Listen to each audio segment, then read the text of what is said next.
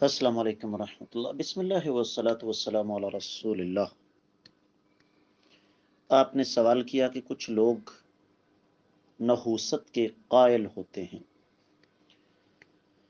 میں یہاں اس حوالے سے ضروری سمجھتا ہوں کہ نحوست کے حوالے سے زیادہ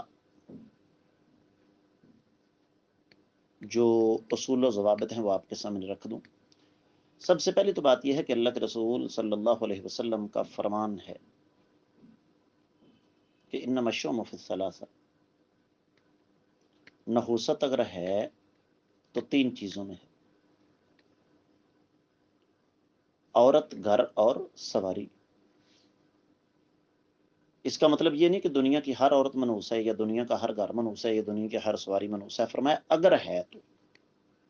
دوسری بات، اللہ کے رسول صلی اللہ علیہ وسلم کا ارشاد ہے کہ رب کائنات فرماتے ہیں کہ آدم کا بیٹا مجھے گالی دیتا ہے، اور وہ گالی اس انداز سے کہ زمانے کو گالی دیتا ہے، تو فرمایا میں زمانہ ہوں۔ اس لیے زمانے کو برا کہنا یہ اللہ تعالیٰ کی توہین ہے۔ رہا یہ مسئلہ کہ کوئی بندہ اگر مل جائے تو بندہ کہے جی یہ منحوس ہے، آج صبح صبح اس کا چہرہ دیکھ لیا، آج سارا دن برا گزرے گا، یہ خلاف شریعت تو ہے ہی، خلاف عقل بھی ہے۔ اور اس کے لیے میں ایک مثال آپ کو دوں گا۔ کہتے ہیں پرانے زمانے میں ایک بادشاہ جو ہے وہ شکار کے لیے جا رہا تھا۔ صبح صبح اس کو ایک آدمی ملا ایک مخصوص طبقے سے، تو اس نے بادشاہ نے کہا اس کو پکڑ کے قتل کر دو، آج اس کی شکل ہم نے دیکھی ہے، ہمیں آج شکار نہیں ملے گا۔ تو اس کو گرفتار کر لیا گیا۔